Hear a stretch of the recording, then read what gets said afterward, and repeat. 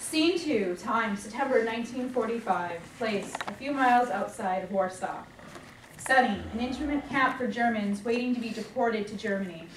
The camp houses mostly women and young children and a few injured German POWs. The office is crowded with women and children. They are complaining to a male guard. My baby is sick! I need to see the commandant at once. It's about my husband. My little boy is starving. If he doesn't get food soon, he will die. Please don't let him die. Shut your faces, all of you. You're lucky to be alive. But my baby is sick. Please do something. Look at him. She shows the guard an almost lifeless baby wrapped in a blanket. That's just too bad. If you keep making a ruckus, you will all be thrown out of here. Why are we being treated like this? I did nothing wrong, and now we're being cast out of our own country. I lost everything. We were rounded up like criminals. You lost everything, you say. Not from how I look at things. You have your children, your families, and a place to go. It is I who have nothing. It was I who lost everything, not you. First, my father's business was Aryanized, meaning it was stolen from us. Then, my entire family, my father, my mother, my little brother and sister, were deported to Auschwitz, where they were callously murdered by you German butchers. Now you're screaming like little pigs that you are. But we had nothing to do with that, sir. Nothing. It is unfair to blame us for your misfortunes. You are to blame. All you Germans are to blame. You were acting so high and mighty when your Führer was alive. You treated us like scum. Humiliated us, tortured us, made us grovel, herded us in ghettos like we were cattle. Then tried to kill us. And now you tell me you had nothing to do with it? You're all just a bunch of Nazi whores, and they're being treated exactly the way that you deserve. Even the little ones? How cruel! Ha! Look how you use your children. You should be ashamed of yourselves. Jewish children died too, because all the likes of you, and now you're complaining. If it were up to me, you'd be rotting on the street and I'd spit on you all. You're a nasty, mean man. You're a beast. Well, if my husband was here... Well, he's not here. But if you know where he is, please tell me, and I'll put him out of his misery fast. I learned how to do that from you Nazis. You were great teachers, stupid fools, nevertheless. Who asked you to invade Poland? Before the war, I was living with my family, going to school, minding my own business, and then you invaded, and my life's been hell ever since. Now I'm here guarding you. So please give me reason to shoot you, and I will. Murderer! Slut! Whore! Shut up! You're just making things worse for all of us. That's right, tramp. Listen to your friend. Have you no compassion? I lost my compassion years ago when you Germans barged in here and made my life a disaster. I was hiding in the woods, struggling to survive. And I have you to blame for that. You were a partisan? Yes. What of it? Then you are a murderer. You partisans were just a bunch of thieves and killers. You're wrong. We were patriots. You were the thieves and killers. You barbarians terrorized the whole continent. Please, sir, whatever you say, I won't argue with you. You're right. Just let us speak with the Commandant, please. Well, he's not here. Not here? We've been waiting here for hours, and now you tell us he's not here? That's right. Is this some kind of cruel joke? The women are becoming increasingly agitated. The guard grabs his rifle. What are you going to do? Shoot defenseless women and children? Is that the best you can do? Clam up, now! Put that ashtray down, now! Pig! Brute! Murderer! Jew! The tumult is getting louder and louder. Then a man enters the room. It's Jacob, wearing a military uniform and an officer's cap, upon which is affixed a red star. What's going on here? These women are creating a disturbance, Comrade Commissar. That's not so, sir. We've been waiting here for hours to meet with the commandant, and this man has been taunting us. Let me take care of them now, Commandant. The guard picks up his rifle and points it directly at the women, who are now hysterical. Woman 2 throws the ashtray wildly at the guard and almost hits Jacob instead. Enough! Put down that rifle! Be quiet! I am the commandant of this camp. Now, what's going on here? My child is sick. We need food. We're cold! My husband's missing. My son is missing! I need to find my parents! We don't don't want want to to be be deported! I will listen to your complaints, but first you must come down. I must protest, Comrade Commissar. Be quiet, that's an order. That's better. Now, talk and make it fast. Don't have all day. My baby needs to see a doctor now. I'll see what I can do about that. Leave your name with the guard. We haven't had any decent food in days. Just that slop, which I can't eat and makes my children sick. I'll look into this matter. Anything else? My husband is missing. I must find him. I need to know if he's still alive. Lots of people are missing. But if you leave me your husband's name, I'll see what I can do. Now, any other complaints? That being the case, I will thank you to now leave my office at once.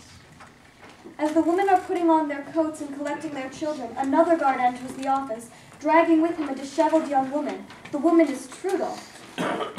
I found this woman sneaking around the fence trying to escape. Let go of me! What's going on here? I found her sneaking around the gate, Comrade Commissar. I think she was trying to escape. It's not true. I wasn't trying to escape. Then what were you doing near the gate? It's you. Thank God. I know this man. He's a good person. Release her. Yes, sir. The guard releases Trudeau. Young lady, I don't know who you are, but this one time only, I'll take your word for it that you weren't trying to escape. Jacob, don't you remember me? You are to address me as Herr Kommissar or Commandant. Is that clear? Yes, Herr Kommissar. What are you still doing here? I told you all to leave now. Your concerns would be addressed. See to it that this office is cleared out. Yes, sir. Okay, sluts. Everyone leave. Out. The women are gathering up their children and are leaving. Finally, the room is empty except for the guards. You may leave now. Yes, Comrade Commissar. The guards salute and leave. Jacob and Trudeau are alone. What are you doing here? I might ask you the same question. I thought you were dead. Sometimes I wish I were. How long have you been in this camp? 4 days? The local police picked me up and brought me here for relocation. They claimed that since I'm of German ancestry, I belong in Germany, even though I'm Polish. Yes, but you're Volksdeutsch Polish, which means you are subject to deportation. That's really unfair. What am I going to do in Germany? How will I live? How were you managing before? After we met, I spoke with some of my friends about your case, but it didn't work out. I figured that. I thought I could help, but found out that the people who I thought were friends weren't. Anyway, a few days later, the Gestapo summoned me to their district headquarters for questioning. They wanted to know why I was so interested in a particular Jew. So I told them about your situation. They told me in no uncertain terms that I was forbidden to have anything more to do with you or any other Jews, and if they received any further reports about me, I'd be thrown into prison or concentration camp. I know, you were trying to help, but to tell you the truth, it just made matters worse. After you patched me up, the Jewish police stopped by and told me they knew about me and you, and warned me to stop seeing you. I told them to get lost. The next day, they were literally pounding on the door and angrily demanding money from my father. They called it a tax, and threatening him with physical harm if he didn't pay. And my poor mother, may she rest in peace, was so distraught that she had a heart attack and died. I'm sorry to hear that. What happened to your little sister? I was getting to that. She was 15 years old at the time, and one day she was out late begging for food when she was attacked by a gang of men who beat her up badly. She didn't know who did it. They dumped her in front of the building where we lived. She was almost dead. My father almost killed himself right there. It was all so horrible. And there was nothing I could do, nobody to turn to. It became too much for me. So one day, while my father was covering me on a compulsory work detail, I decided to run away, like a little boy. Where could you run to? I did not know. All I knew, that I had to get away, fast. So in the middle of the night, I managed to sneak past the guards at the gate of ghetto. And once I was outside, I laid low for a while, and then made my way along a highway until finally I reached the forest area outside of Warsaw. By this time, I was in terrible shape. Anyway, to make a long story short, I managed to hook up with a Soviet partisan group, participated in a course of operations against the Germans and their stooges, joined the Red Army Political Commissariat, and here I am now, a commandant of this camp. What became of your father and sister? I don't know. After the war, I went back to Warsaw to find them, but the house where we were staying was gone, destroyed during the liquidation of the ghetto. Nothing but rubble. And nobody could tell me what happened to them. In fact, nobody even knew who they were. All the Jews were gone. I hope they're still alive, but I doubt it. Don't give up hope. It's hard not to. And if I do find them, I will not know what to say. What could I say? Look, you did what you felt you had to do, period. I appreciate your kindness, but it's not that simple. Now continue with your story. After my interrogation by the Gestapo, I was transferred to another clinic inside Germany, where I worked as a nurse for the Wehrmacht. My mother was still in Poland, and I wrote her as often as I could. My father was missing. I got involved with a German soldier who was on convalescent leave, but it didn't work out. He was violent, especially when he drank. One night he came home drunk and beat me. After that, I moved out and lived in the clinic. The conditions there weren't good, but it was a lot better than living with that guy. So, what brought you back here? Like I told you, my mother was still in Poland, so after the war ended, I decided to go back home. There was no place else to go. The problem was I never made it back. I was picked up by the Polish police, who threw me into jail and accused me of being a war criminal and threatened to put me on trial and execute me if I didn't tell them the whereabouts of other Nazis. I told them what I knew, which was nothing. They didn't believe me at first, and even beat me, but finally, one of the interrogators, a female who was a little more decent than the others, took pity on me and freed me from jail. She even gave me some money. So I was wandering around, completely disoriented, when I got arrested for vagrancy and got dumped here with all the other Germans to be deported. Meanwhile, I have no idea what's happened to my parents. I was hoping to find my mother here, but so far, no luck. That's rough. The war was a disaster. Look what it did to us. It brought us together. Sure, it did. Trudel and Jacob look at each other and embrace. Now what? I have a job for you. Here. In this dump? Don't call it a dump. It's a detention center, and I'm trying my best to run things smoothly. I need someone to run the clinic, and I think you will be perfect for the job. Do you have any medical supplies? Not much, but I'll see what I could do to get some. After the way the Nazis treated you, why would you want to help any Germans, including me?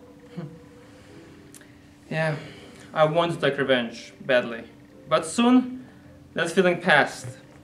I've seen too much violence already. Anyway, I'm not a judge. I mean, I could go around beating up on Germans, denigrating them, humiliating them, and abusing my authority, but what would that accomplish? Maybe it would make me feel good for a little while, but it wouldn't restore what I lost. Besides, the war is over. Germany is kaput, the Führer is history, and Nazism has been crushed. Now, it is just a cleanup operation. But don't get me wrong. If people defy my authority, I will act decisively, without hesitation or mercy. So please, don't test me. Jacob, I'm on your side. People here need help, not hurt, and I'll do what I can to help you. I hope you're being sincere, because I am in no mood to play games. And if you are trifling with me, there will be trouble. Do you understand? Trudeau grabs Jacob's hand. Now, my commandant, what is it you want me to do? Jacob kisses Trudeau deeply and passionately as the lights fade. End of scene 2. Scene 3. Time, next day. Place, the camp dispensary. The room is packed with women and children. Standing at the door is a guard armed with a submachine gun with the safety button on. In the corner is an injured soldier is laying in bed. The sound of children crying and coughing resonates throughout the room. The women are yelling an ongoing litany of complaints at the guard. I need milk for my baby.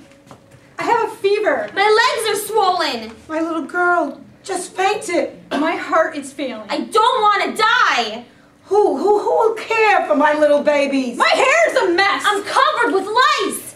I can't believe someone stole my shoes. We're hungry. We're cold. We're thirsty. Help us. What do you want from me? You're lucky we even let you live. In fact, you have some nerve demanding anything. Before the war, my father was a respected professor. But that didn't stop your kind from first humiliating him and then murdering him in the street. Then you made my mother clean the streets with her finest linen while everybody looked and laughed. What I could never understand is why you Germans would insist on first humiliating us and then murdering us. Sure, it was just a misunderstanding, right? Just one big joke? Well, nobody's laughing now. You looted us, you stripped us of everything. And now you want food? What did you do with the loot you stole? As far as I'm concerned, you can starve, all of you. Are all the guards in this place nasty like you? I'm nasty. If I am, I learned it from you. For 5 years, I was treated like dirt. Had to grovel, bite my tongue, bide my time. And now, it's my turn. You see, I'm a Jew and have absolutely no use for the likes of you. Your kiddies are sick? So what? I lost 3 children during the war. I watched them starve in the ghetto. My wife killed herself. I watched my 2 brothers and 2 sisters get beat up and then deported. And there was nothing I could do except hide like a coward. You poor man. Shut up, slut! I don't need your sympathy. You brought all your problems on yourself. What happened to me was your fault. You are all guilty. You know, maybe it's about time I taught some of you crowds a lesson. The guard grabs his submachine gun and loudly locks and loads the chamber. Everyone is now screaming hysterically. He's gonna murder us. Save my children! Please don't hurt my babies. Jacob and Trudeau enter the room. What is the meaning of this? Well, the prisoners are rebelling, Commissar. Put down your weapon now! The guard hesitates. I said put down the weapon now, or I will personally shoot you! Jacob reaches for his pistol. The guard slowly puts down his weapon. Everyone quiet! The women begin to slowly calm down. That's right, everyone be quiet! Except for the sounds of babies crying, the room is soon quiet. Now, What's going on here? This man was about to murder us for nothing, taunting us, blaming us for things that we didn't do. Is this true what you said? Comrade Commissar, they're just Germans. You can't believe them. I'll speak to you later. In the meantime, I want to introduce you all to the new Chief of Medical Services. Her name is Strudel, and she will be in charge of this clinic. You're putting a German in charge of the clinic? I'll have to take orders from her? No. You will still report directly to me. But while Strudel is in charge of the clinic, you will afford her respect and help ensure that there is order so that she can do her job. Is that clear? Yes, Comrade Commissar. I'll obey, but wish to file a protest. File a protest? I am the final authority in this camp, so your protest is duly noted and denied. Insubordination will not be tolerated. Is that clear? Yes, Comrade Commissar. Good. Quite clear. Very good. That's settled. Strudel and I will now inspect the clinic. You will return to your post at the door. If I need you, I will summon you. Yes, Comrade Commissar. The guard returns to his post. Strudel and Jacob start walking down the main aisle, which separates 2 rows of beds. The beds are crammed with patients, mostly young children, many who are moaning from pain and hunger. Strudel and Jacob stop at each bed. As they proceed down the aisle, they are followed by a crowd of women who repeatedly call out, What about my child? "Who's going to feed my baby? My son is coughing up blood. When will we get more food? My little girl is starving." My children have a fever. When they reach the end of the aisle, Trudel and Jacob go to the bed occupied by the soldier. He is missing his right leg. The man is Fritz. Hello, Comrade Commissar. Remember me? Who are you? Don't play games with me, Mr. Commissar. You remember me. Yes. I remember you now. You're the Nazi pig who tried to kill me. That's right, Herr Commissar. The same guy. I guess I didn't do a very good job of it. It was good enough. Now, how can I help you? Don't patronize me, Jew. I don't care if you're Joseph Stalin himself. You're still a Jew. Still a vimp. Jacob doesn't reply. Can't cut your tongue, Jew? What's the matter? Can't get the best of a one-legged man? See this? He's nothing but a Jew with a fancy uniform, as if that's supposed to impress us. Well, it doesn't. Not in the least. No matter how you dress up a Jew, no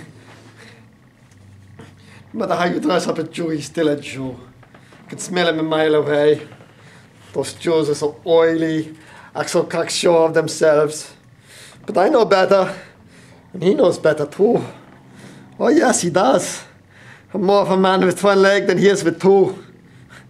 And if you pull down his pants, then he'll show you what I'm talking about. The guard, hearing the yelling, runs over to the bed. Comrade Commissar, is this prisoner giving you trouble? No, he's not. He's just talking. Just talking. You're just a coward. You don't have the guts to deal with me. I got the better of you and you know it. Look at you. Sweating like the pig you are, you pretentious clown. You have the backbone of a jellyfish, the brain of a canary. The only reason why you're alive is because I let you live. I didn't really want to kill you, but that's why I made my mistake, because now, here you are, and your presence disgusts me. And now you're prancing about with that Jew-loving slut. It's racial contamination. Sir, let me shoot this Nazi and put him out of his misery. Your God has more guts in his little pinky than you do in your whole body. You're a disgrace to your uniform. See how weak he is? Huh? Don't believe anything or hear his female baggage say. He's a Jew. Maybe he's right. The commandant is really a Jew. Can we trust this Jew with our children? Don't Jews kill Christian children? I just want food. We need medicines. My babies are starving. I need milk. I need warm clothing for my little ones. Help us! Help us! Help us! Scream all you want, ladies. This Jew won't help. He hates us all, and he and his Jew-loving girlfriend are going to kill us.